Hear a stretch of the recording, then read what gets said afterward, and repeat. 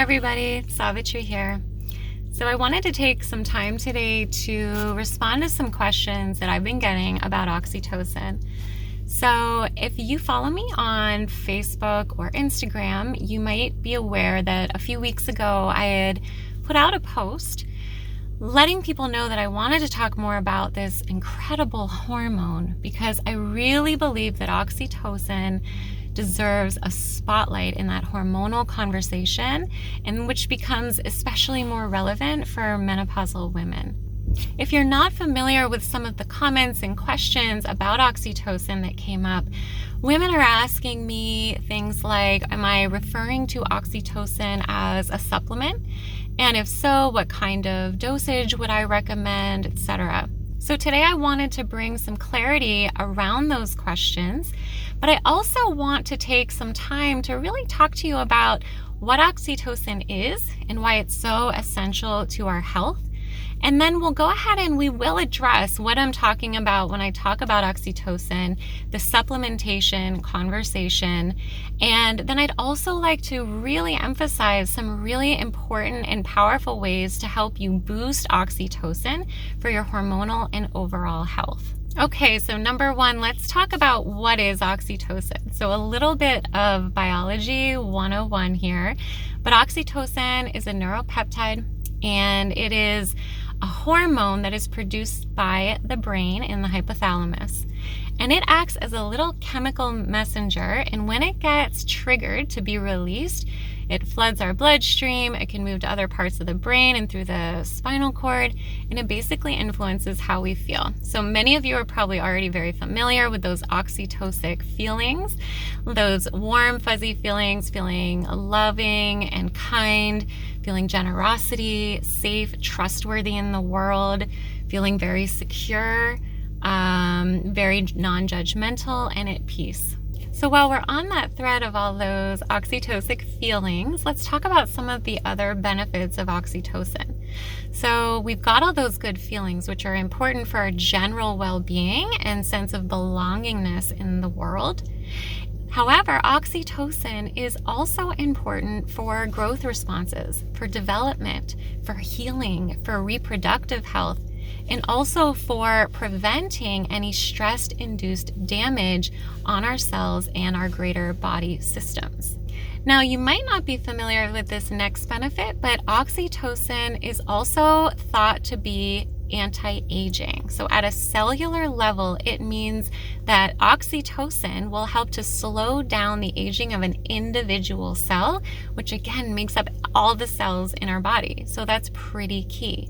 Recent research also suggests very strongly that oxytocin is most likely an antioxidant. It protects us from stress, from trauma, from illness.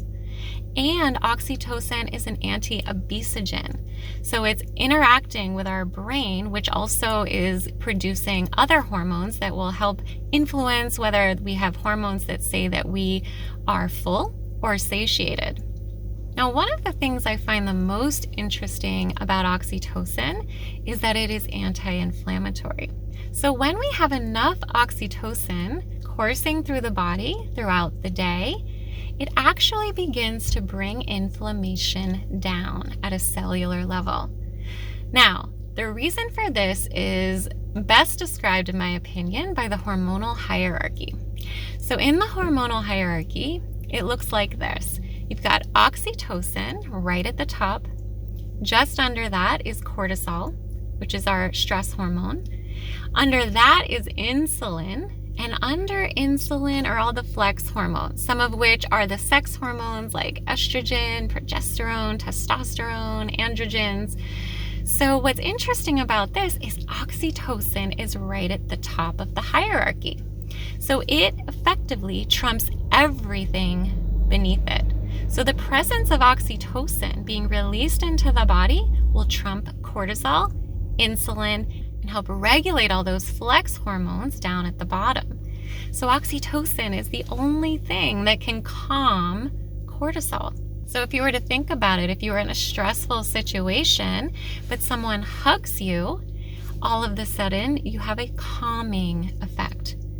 And on a cellular level, this gets really intriguing because when oxytocin is present and cortisol drops, inflammation drops.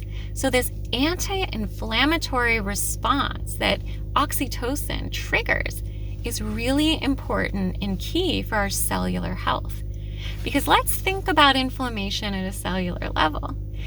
The cells, which have lots of different openings because it's designed to breathe, to let things in and out, like hormones and nutrients, and also things that need to be detoxed from inside the cell. Now, if it's all inflamed, all those little gateways and hormone receptors are closed up. So nothing can go in the cell and nothing can come out of the cell. So what happens is nutrients and hormones aren't getting in to carry their message or be used by your mitochondria to create fuel. And all of the waste products inside the cell can't be detoxed out. And together, this creates fatigue of the mitochondria. It also creates certain conditions where disease genes can get switched on or off. And in an environment where you have diseased components, they can begin to replicate. So as you can see, oxytocin is a really incredible and powerful hormone. And so you can really begin to see all of the reasons that oxytocin is so incredibly important to our overall health. And to summarize, when oxytocin isn't there, then you see a greater susceptibility to anxiety, to depression. Women can have problems with breastfeeding and bonding with their children and child rearing. A deficiency in oxytocin is also thought to be linked to things such as schizophrenia and even Asperger's and autism. Okay, so now we're going to get to that burning question that everyone was asking about. What about oxytocin supplements? So here is what I'd like to say. First of all, yes, there are oxytocin supplements available. These come in a nasal spray form. They also come in an injection form. Okay, I'll so quick at it because right here I wanted to address the question, how effective are oxytocin supplements? So right now the jury is out. The research is not terribly clear about whether or not oxytocin supplements are that effective. However, some studies are suggesting that longer-term use of oxytocin supplements can actually have some adverse consequences. So I know this might not be the information that you were hoping to hear, but it's the kind of thing that I really want you to know as you're considering whether or not oxytocin as a supplement is going to be part of your healing journey. But also keep watching, because coming up, I'll be sharing some practical ways that you can start boosting those oxytocin levels and really optimizing your health. Okay, so now back to the video. As far as dosages with oxytocin supplements, that is a very individualized journey. It's very different for each person, and that's something that you would want to speak with your PCP about. However, if you were to go on to oxytocin, I want to strongly encourage you to see an oxytocin supplement, as I would tell you to see any supplement, and that is this. It is a crutch. And just a crutch. So if you were to think of a crutch, they're really helpful tools to help us while we're healing something else. But they're not a permanent solution. And they can't get to the root of the problem that is existing, that's creating the need for the crutch. So if you are symptomatic of not having enough oxytocin, so maybe anxiety, depression, other symptoms are arising for you, taking a supplement is not going to fix whatever that underlying issue is that's creating the need for the crutch, that's creating the need for the oxytocin supplement. Now, that supplement can be useful short term, but you've got to be thinking about working at the root. How can you heal whatever is happening on that underlying level so that you can regulate your hormone levels on an ongoing basis? Now, I want to talk about how to do that because I have sort of 4.5 ways that you can raise and boost those oxytocin levels in your body in very effective and powerful ways. So number one, it probably won't surprise you, but it is physical connection. So again, we're talking about hugging someone, holding hands, going on a walk with friends. It could be holding a baby or petting a favorite pet, an animal, anything that is going to really stimulate your physical senses in these joyful or peaceful or loving or laughing ways. So yeah, don't forget laughter. Laughter is a great way to really increase the oxytocin levels. Okay, number two is spirituality. So this can look like meditation, faith, prayer, spending silent moments gazing at the stars in a state of peace, connecting with something greater than the oneness of a human self. Number three, to get those oxytocin levels up, is exercise. So this is incredibly important for menopausal women, and I will be going more in depth about this in a future video, class, course, probably all three. But there are three things that women can do within fitness to help maximize the use of the hormones that we are producing and creating enough of a stress response on our central nervous system to create adaptations to do things like build muscle, build bone. But here's the kicker for oxytocin. It also is necessary in order to create more serotonin and serotonin receptors. So all of these things are necessary to help us to access those oxytocic feelings. So the three things you can do within fitness are, number one is heavy weightlifting, which I'll talk more about. Number two is sprint interval training, which I'll also talk more about. And number three is plyometrics, so multi-directional stress. This isn't running and a lot of hard impact on a hard surface necessarily. Could be things like tennis, squash, but again, I will be talking about other safe ways to do this in the future for building muscle, for building bone, and for building cognition. And again, helping to increase the production of serotonin, serotonin receptors, and also converting that tryptophan into serotonin. All of these things creating that environment for oxytocin. All right, so the fourth way of helping to increase oxytocin is through community. So a lot of this information is taken from research done across the blue zones, where there are women who are thriving in menopause, who are living happy, healthy, functional, mobile, independent lives. And so here are some of the common threads that we see that pertain to raising oxytocin levels. So number one is that women are seen and are often in roles as leaders. Now, no matter how seemingly big or small, it doesn't really matter.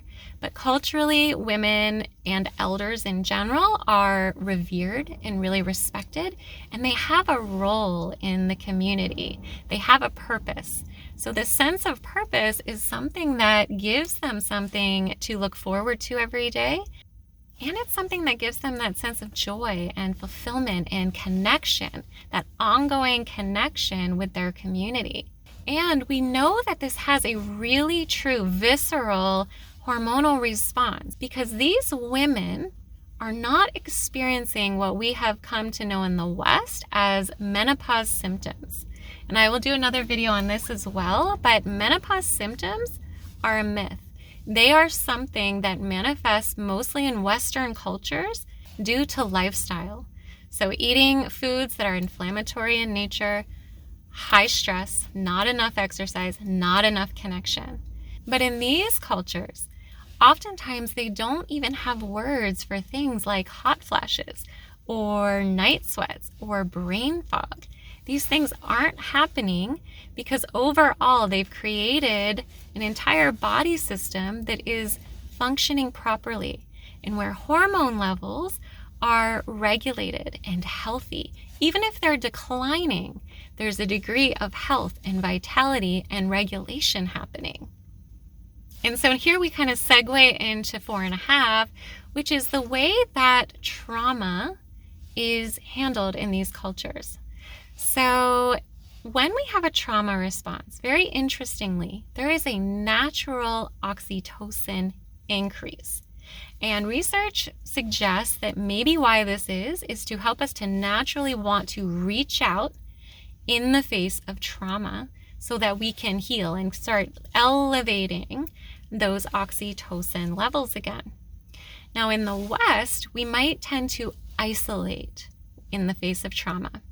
And while I think it is important to recognize the process of trauma might require for many people a time of isolation and processing and resting and integrating, at some point, the kicker is this: it's time to reach back out again. And in these cultures where reaching out again in the face of trauma after trauma, and also grieving in community, is exceptionally healing and can help to then reboot those oxytocin levels and get them up leveling once again. Okay, everybody, so I hope you found today's video helpful and that you were able to gain a more in-depth understanding of oxytocin and this conversation around supplementation. And I'm hoping that you got to explore another view of supplementation that maybe you haven't, so that if you do decide to use oxytocin supplements to support you on your healing journey, that you can use them as a temporary crutch and not a long-term solution that could potentially cover up an issue that could become a much greater health issue in the future. And finally, I hope you got some good ideas about how you can start really up-leveling those oxytocin levels in your body so that you can heal, feel healthy, and thrive. Because your body is miraculous, and I can't wait to find out more about how it unfolds for you. So I'd love to hear in the comments below any thoughts that you have on this oxytocin conversation. And as always, if you found value in this content, please give it a like, please share it with other women friends and farther beyond, and subscribe, because it really makes all the difference, and I am here for you. All right, everybody, you take care.